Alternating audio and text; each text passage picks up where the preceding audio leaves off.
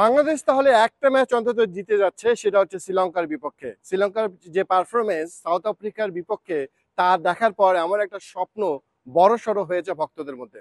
বাস্তবতা কি বলে? বাংলাদেশ কি শ্রীলঙ্কার বিপক্ষে জিততে পারবে? জানাতে চাই আমি তাহমিদ আমির, ডালাস থেকে বাংলা লিংক প্রেজেন্টস বিশ্বকাপ খবরে।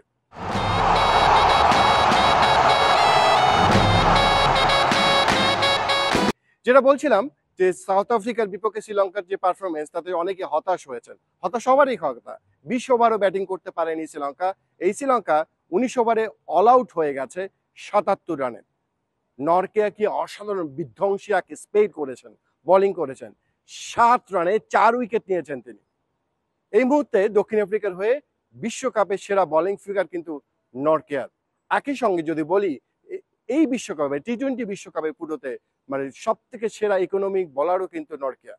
তার যে বোলিং স্পেল ছিল, শুধু নরকেয়া না, রাবাদা যেভাবে বোলিং করেছেন, মহারাজ যেভাবে বোলিং করেছেন, তার সামনে দাঁড়াতে পারেনি শ্রীলঙ্কার ব্যাটিং অর্ডার।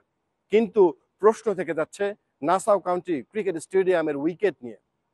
সে উইকেট আসলেই যখন টি-20-তে বিশ্বকাপে শুরু হয়েছিল, কানাডার বিপক্ষে যুক্তরাষ্ট্র খেলেছে, কি অসাধারণ ম্যাচ হয়েছে। কিন্তু নাসাউ কাউন্টি গ্রামে আমরা জানি ড্রপ ইন উইকেট, সে উইকেটে স্ট্রাগল করেছেন ব্যাটাররা, সেটা পরিষ্কার হয়েছে যখন সাউথ আফ্রিকা ব্যাটিং করেছে।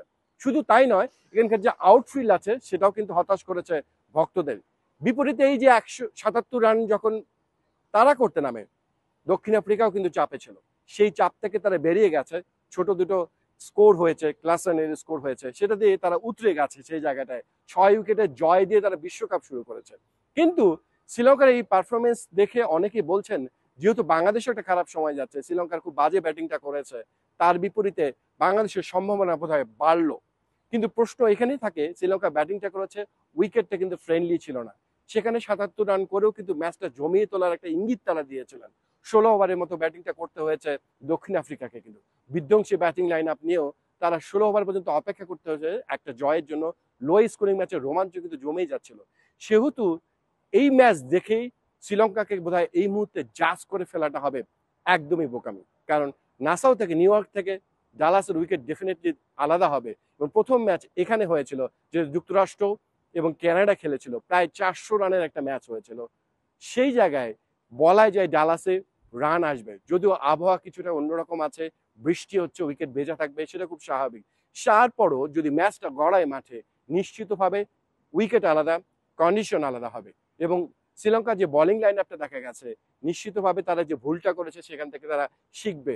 কিন্তু বাংলাদেশ তো ভুল থেকে শিখছেই না। যুক্তরাষ্ট্রের বিপক্ষে সিরিজ হারের পর থেকে যেভাবে খেলেছে তারা, ইভেন ভারতের বিপক্ষে প্রস্তুতি ম্যাচটাও, তাতে আসলে হতাশ হবার থাকে।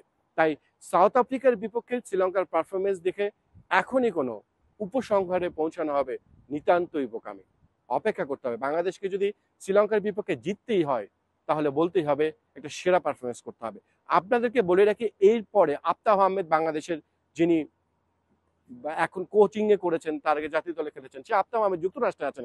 তিনি বলেছেন, পরামর্শ দিয়েছিলেন যে এই বাংলাদেশকে যদি 170-80 রান করতে হয়, তাহলে পাওয়ার প্লে সুবিধা নিতে হবে, সেই সময় হিটিং করতে হবে। কারণ আমাদের পাওয়ার হিটার ব্যাটসম্যান নাই, যে মিডিল অর্ডারে এসে মিডিল ওভারগুলোতে তারা সেই বল যখন একটু অন্যরকম আচরণ করবে, উইকেট যখন অন্যরকম আচরণ করবে, তখন আসলে হিটিং করার মতো ব্যাটসম্যান নেই, আমাদের ফিনিশারও নেই। তো 170-80 রান যদি আপনাকে করতে হয়, সেটা দায়িত্বটা নিতে হবে হচ্ছে পাওয়ার প্লেতে কাজটা করতে। 2-1টা উইকেট গেলেও সমস্যা নেই, কিন্তু হিট করতে হবে, সেই জায়গায় তিনি বলেছেন। তার বিপরীতে মাশরাফি বিন মুর্তজা একটা কমেন্টস করেছেন, যে তিনি বলেছেন তিনি যুক্তরাষ্ট্রে আছেন, সে আফতাব আহমেদ, তিনি সেটা জানেন, এই কমেন্টস দেখে বুঝছেন। তার বিপরীতে আফতাব আহমেদ একটা রিপ্লাই করেছেন, সেটা খুব মজার, যেটা দিয়ে শেষ করতে চাই। তিনি বলেছেন, এদেশে ক্রিকেটকে বাঁচাতে হলে, ঠিক করতে হলে মাশরাফি বিন মুর্তজার প্রয়োজন। তিনি বলেছেন সেই জায়গাটায় আফতাব আহমেদ। সত্যি তাই, এদেশে ক্রিকেটকে বাঁচাতে হলে কোন একটা পরিস্থিতির মধ্যে দিয়ে যেদিক দিয়ে ক্রিকেটটা যাচ্ছে, ভাবার জায়গাটা এসছে। আফতাব আহমেদ যেমন যুক্তরাষ্ট্র থেকে ভাবছেন, সবাই ভাবছে আমাদের এই পথ, এই যে টানেল, এর শেষে যদি আলোটা দেখতেই হয়, কোনো কিছুর তো একটা দরকার। তাহমিদ, যমুনা স্পোর্টস, যুক্তরাষ্ট্র।